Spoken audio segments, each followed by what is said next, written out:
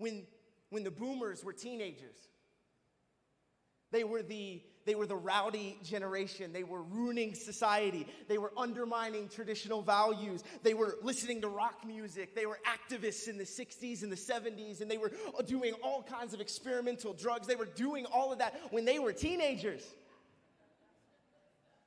Gen Z and Gen Alpha are doing the same thing through their own modern channels.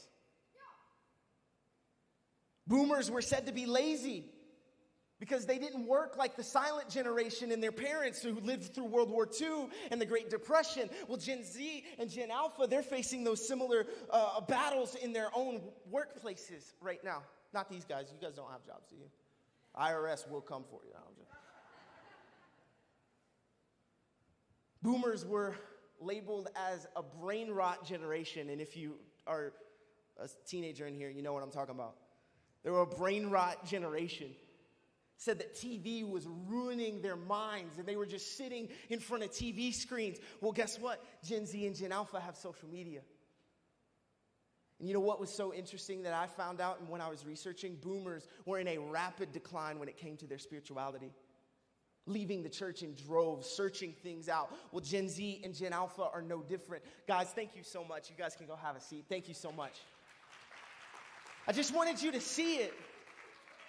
Because if you know Jim, you know where he's at.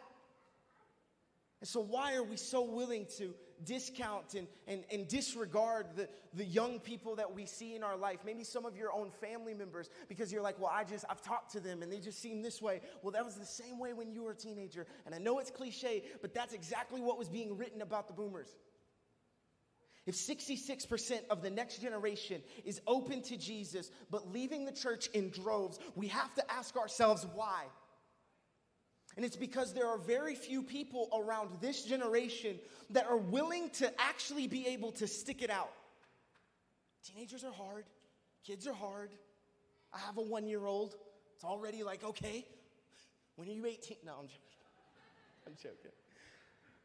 But I'm telling you, we have to be able to stick it out. We have to be able to follow Jesus faithfully ourselves. Part of the reason why this generation wants nothing to do with the church is because they see the church as dysfunctional. They see leadership as hypocritical. They see us. Do you know in the service industry, in the food service industry, what shift no worker wants to work?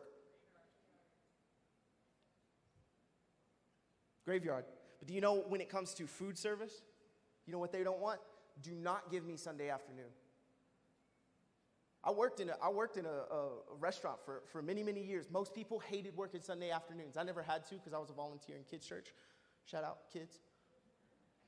But they said, I don't want those people. They're rude. They don't tip well. They don't treat us well.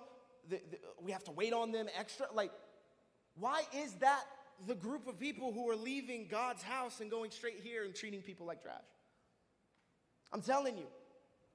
This generation is hungry and they are open and they are willing, but they are screaming out, how can I know unless someone tells me? And friends, we have that good news.